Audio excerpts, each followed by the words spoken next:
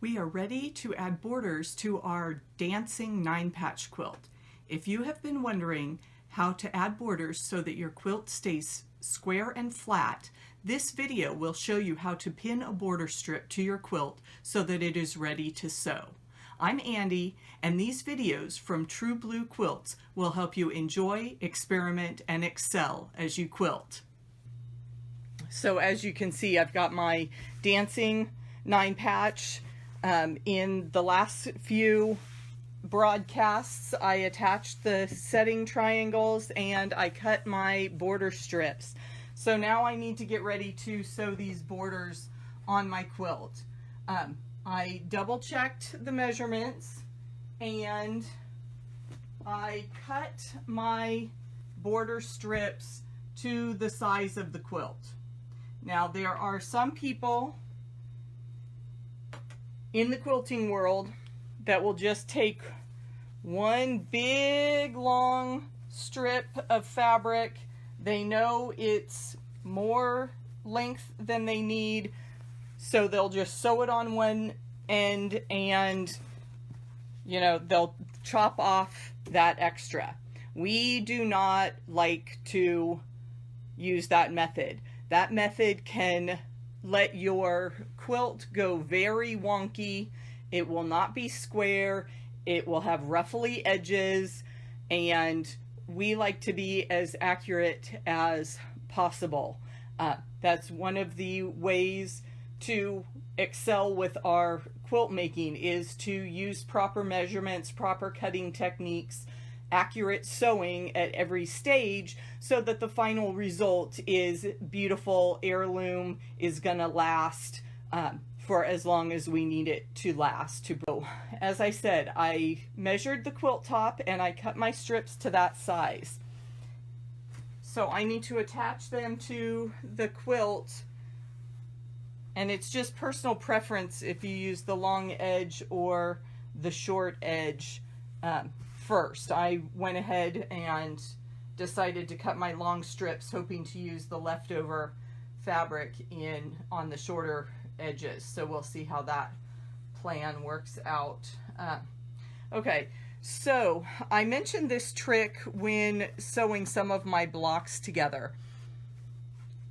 I'm gonna fold my fabric and crease it with my fingertips on one side, or with these border strips, I can then, where I see that fold line, let me find it again. So I match up my cut edges of my border strip, and I find the middle, and I'm gonna stick a pin right in that fold. So I have my fabric fold pinned. I'm going to do the same thing with my quilt top. I'm going to fold it in half, match up those corners,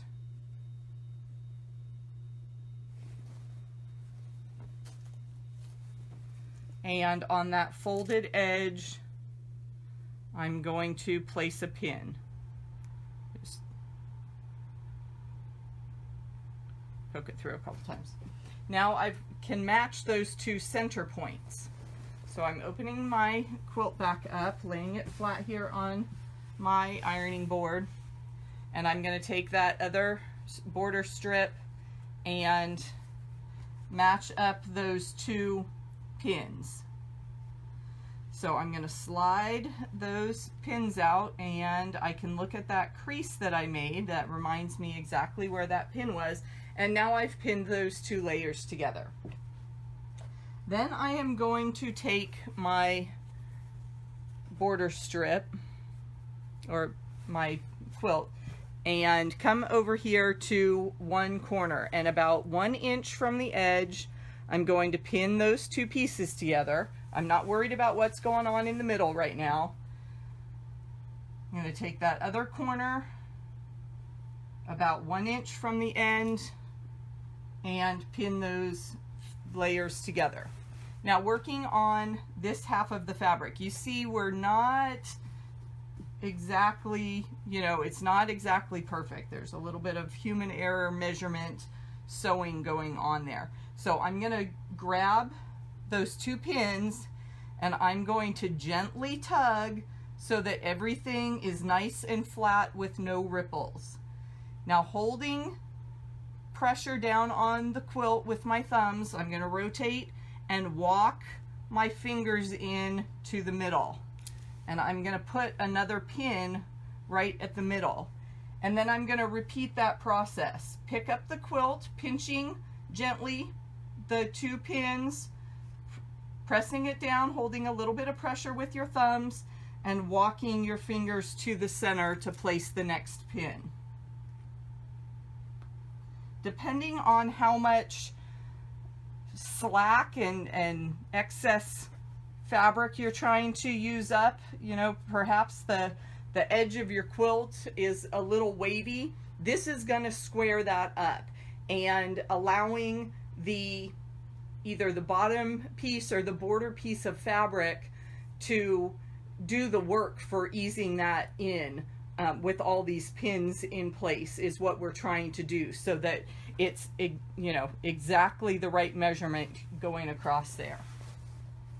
And it's one of those things that I'll explain the process and you'll have to try it and see how it works.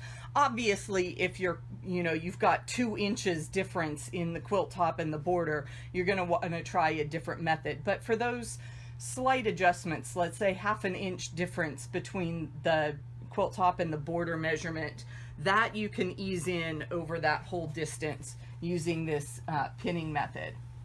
So again, pick up the quilt, give it a gentle tug.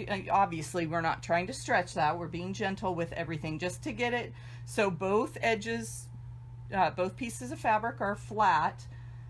Laying it back down to walk our fingers to the middle, and then repeating that process 2 more times to find the middle here,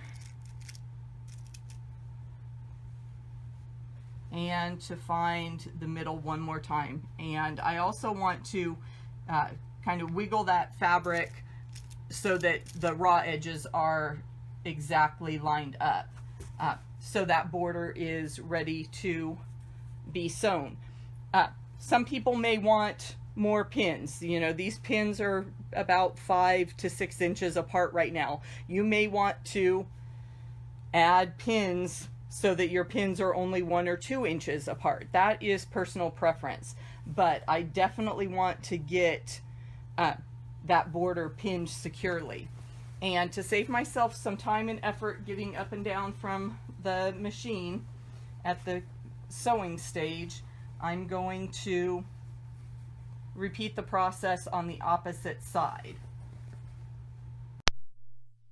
Okay, after you have added all the borders, it is time to quilt as desired. So please watch the free motion quilting videos for the Dancing 9-Patch quilt. If you've missed any of the steps along the way, please click the playlist below and you will find all the steps for making your very own Dancing 9-Patch. Please click the subscribe button so you never miss anything from True Blue Quilts, a place to enjoy, experiment, and excel as we quilt.